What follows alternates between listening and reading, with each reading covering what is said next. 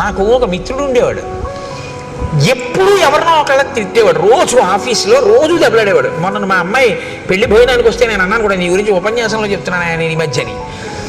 అంటే అతను అన్నాడు, నేను రోజున అన్నాను, ఏమయ్యా నువ్వు రోజు ఎవరో ఒకరితో దెబ్బలాడతావు కదా, అసలు ఎవ్వరూ దెబ్బలాడకుండా నువ్వు దెబ్బలాడినా మౌనంగా ఉన్నారనుకో, ఏం చేస్తావయ్యా, ఎలా దెబ్బలాడతావు అన్నాను. దెబ్బలాడకపోతే నాకు నిద్ర పట్టదండి కోటేశ్వరారు అన్నాడు. మరి దెబ్బలాడకపోతే ఎవ్వరూ దెబ్బలాడకుండా అందరూ మౌనంగా ఉన్నారు, నువ్వేమన్నా ఊరుకున్నారు, ఏం చేస్తావు అన్నాను. మా ఆవిడితో దెబ్బలాడతానన్నాడు. మీ ఆవిడ దెబ్బలాడకపోతే అన్నాను. మా ఆవిడితో ఎలా దెబ్బలాడాలో నాకు తెలుసు అన్నాడు.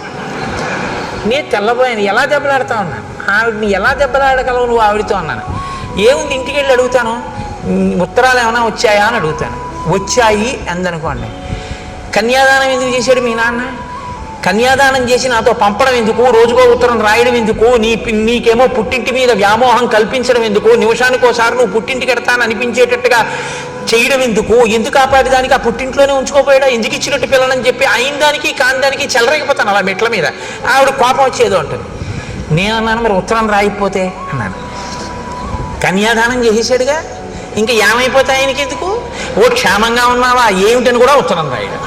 ఎంత గొప్ప నాన్నే మీ నాన్న అంటానన్నాడు. అయ్యి బాబోయ్ నాయన నీతో చాలా కష్టం రా అన్నాడు.